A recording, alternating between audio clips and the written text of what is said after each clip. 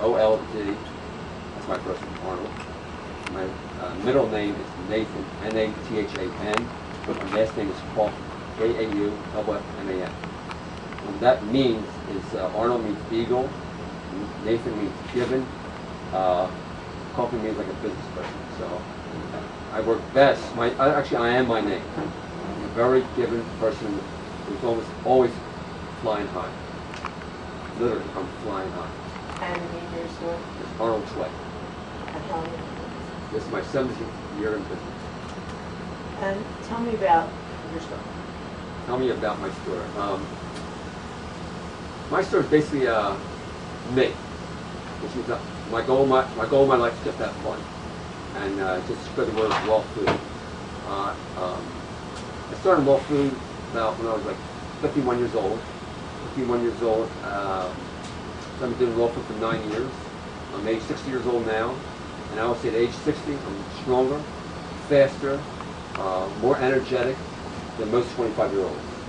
What I do is very simple. I do mostly fruit. I eat fruit in the morning, maybe green smoothie at night. I mean during the day, it's green smoothie based on bananas, apples, based on pears, and for dinner I may have fruit again. I'm not quite sure, but mostly fruit. And the reason why, I don't know how you want to ask this. Well, yeah, I'm going to go on with that first. Can you give me an idea what would you eat during the course of the day? Okay, first thing I do is I wake up in the morning. I generally go to bed like 12, 12:30, wake up about 7 o'clock.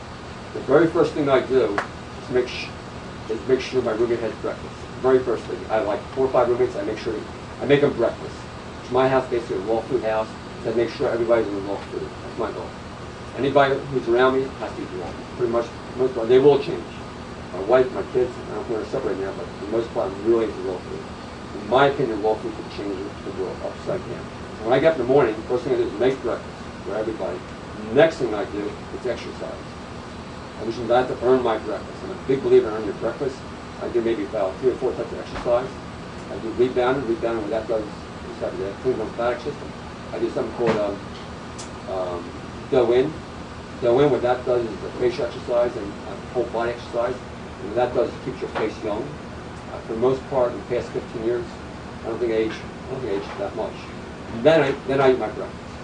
Which means by the time I eat my breakfast, I've worked out anywhere from a half hour, 2 hours.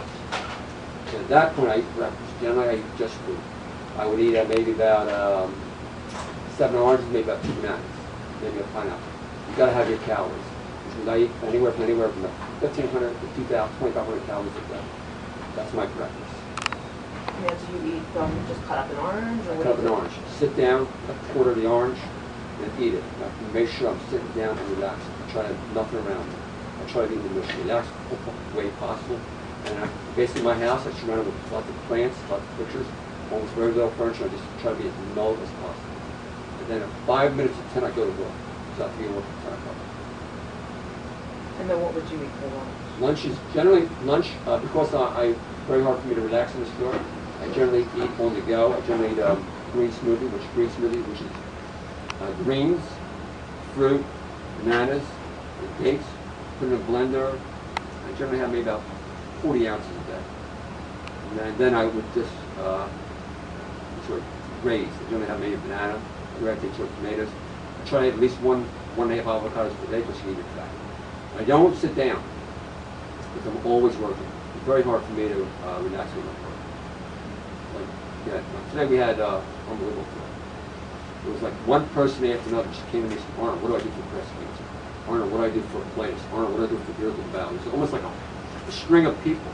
For the most part, I tell everybody the same exact thing. For the most part, in my opinion, breast cancer will disappear on the off. Once you understand how the body works, then you understand how I can say that with no problem. The human body never makes a mistake, ever. Which means everything the body does is for the love of who you are. So everything's based on love. So once you understand that, you have to understand how disease occurs.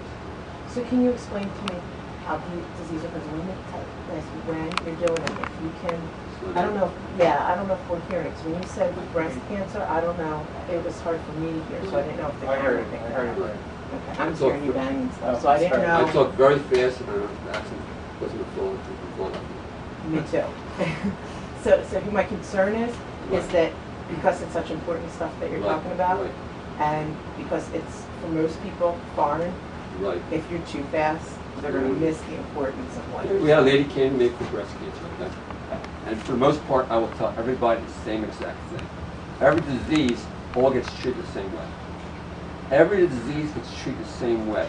Every like depression, bipolar, schizophrenia, all get treated the same way. So she came in with breast cancer. She had breast cancer maybe about 12 years ago. Then she had another bout maybe a year and a half ago. And she came to me, Arnold, what could I do? Well, she's afraid of getting breast cancer. And I told her, on a raw food diet, you will never, ever get breast cancer again. Ever. You never have to worry about it again. Which means fruits and vegetables are alkaline forming. Which means the body, in infinite wisdom, wants to be always alkaline. Our blood level is at 7.4. It has to be at 7.4 at all times. If it's not at 7.4, the body has to use its energy to convert it. So the body understands truth, the body understands lie. As soon as you put food into your system, it's either going to be considered as truth or going to be considered as lie. If it's going to be a truth, that means it has to meet the 9 requirements. All food, in order for our body to accept it, has to meet 9 requirements. That's vitamins, minerals, enzymes, fiber, essential fatty acids, water, glucose, protein. That's 9. In a raw state, as soon as you cook a food above 105 degrees, you destroy the life force of the food. If you destroy the life force of the food, it becomes acid forming. It becomes acid forming, guess what? As soon as you cook a food above 105 degrees, it becomes acid forming. All 75 trillion cells in our body understand that. They understand acid is coming into your system and they have to convert it, otherwise you're going to die. It's really pretty, well, not die, but your body has to use its resources to change that to alkaline. But the blood has to be 7.4 at all times. So first it goes to the liver, it actually goes to the stomach, goes to the small intestine, sends it to the liver, and the liver has to convert it. If the liver cannot convert it, it sends it to the cells. And the cells cannot convert it, they form pockets around the cell. You know what that's called? Fat. That's why some people are heavy. Because they're eating food without cooked and processed. So explain that why for people that want to know about fat, exactly how that happens again. One more time? Well, Okay. The other thing I'm going to have to do after, unless you want to start the whole thing over, Right. is slowly go through this line, because I'll actually have them All come right. up the words so that Okay. we actually have it, Right. that they can visualize Right. it as well as you saying it. Right.